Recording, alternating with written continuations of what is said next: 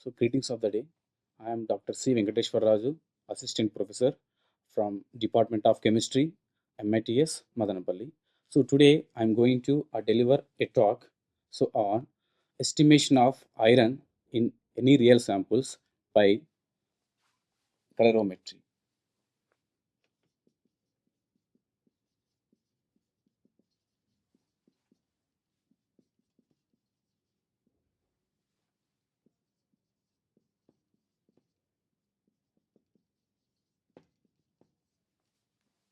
So, I can say that the iron, the chemical formula of iron is Fe.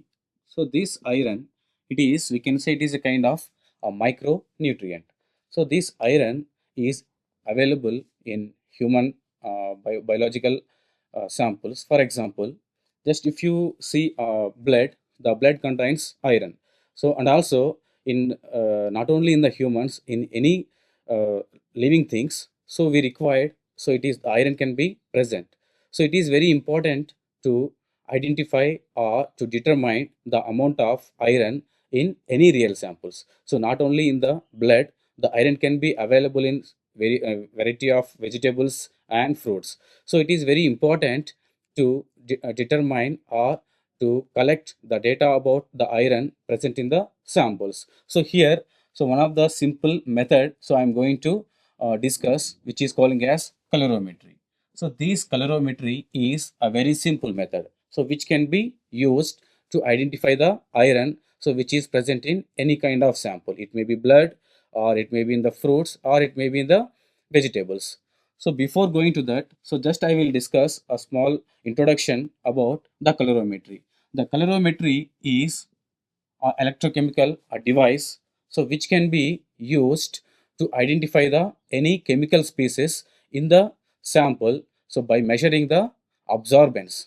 So here, once if you pass any light into the sample, some of the light can be absorbed by the solution and the rest can be transmitted. If you observe the light intensity, so you can say it is incident light intensity. So it is not equal to the transmitted light intensity. So this is I naught and this is I. So always this I naught is not equals to I. Why? Because some of the light can be absorbed by the this solution. So how much light can be absorbed? So easily we can calculate the absorbed light by using a formula. Absorption equals to minus log I by I naught base 10. And also we have another formula which can be used to find out the absorbance, A equal to epsilon Cl. So these are the two equations can be used to find out the absorbance. So if you look at the second one, so this is very easy one to find out the absorbance in the solution. If you look at here, the absorbance is related to the concentration of the solution. That means I can say that A is directly proportional to C.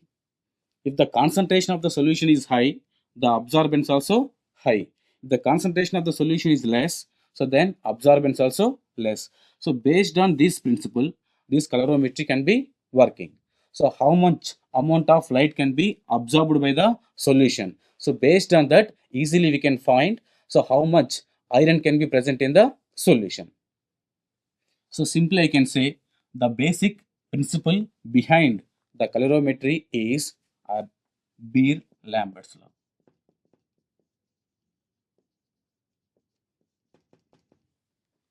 So what is Lambert-Beer's law or Beer-Lambert's law? So I already told. So once the light can be, we can say a monochromatic light. So once the monochromatic light is passed through any solution, or especially a colored solution, some of the light can be absorbed by the solution and the rest can be transmitted. So always the absorbance is directly proportional to the concentration of the solution. So this is called as Lambert's Bayes law. So the main basic principle behind this colorimetry is the Lambert Bayes law. So then what is the thing happening inside the colorimetry? How the colorimetry is detecting the amount of iron which is present in the sample. So before that, so first we have to know how the samples can be prepared. So if you want to prepare the sample, so we need the iron containing sample. So here I have taken FAS. So this sample contains the iron, ferrous ammonium salt. So the oxidation state of iron in FAS is 2 plus. But if we want to make a solution, so we need a colored sample. So here we have to convert the iron 2 plus into iron 3 plus. So for that we need a oxidizing agent. Generally K2Cr2O7, it is potassium dichromate, or KMnO4, potassium permanganate. So this reagent we are calling a oxidizing agent. So this reagent easily oxidizes the iron and it can convert into iron 3 plus.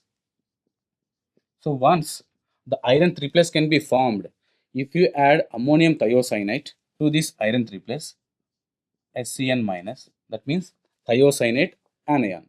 If you add this, so immediately we can see a very red color solution. That means this thiocyanate ion react with iron 3 plus, it forms a complex.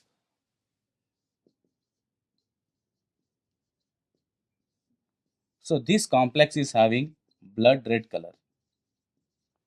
So once the solution, if we get the red color solution, so then after getting this solution, the color, how much long it is stable.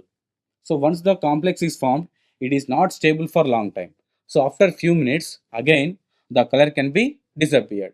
The reason is again the bond can be broken and the complex can be again it will be coming to the original position like iron 3 plus and SCN minus.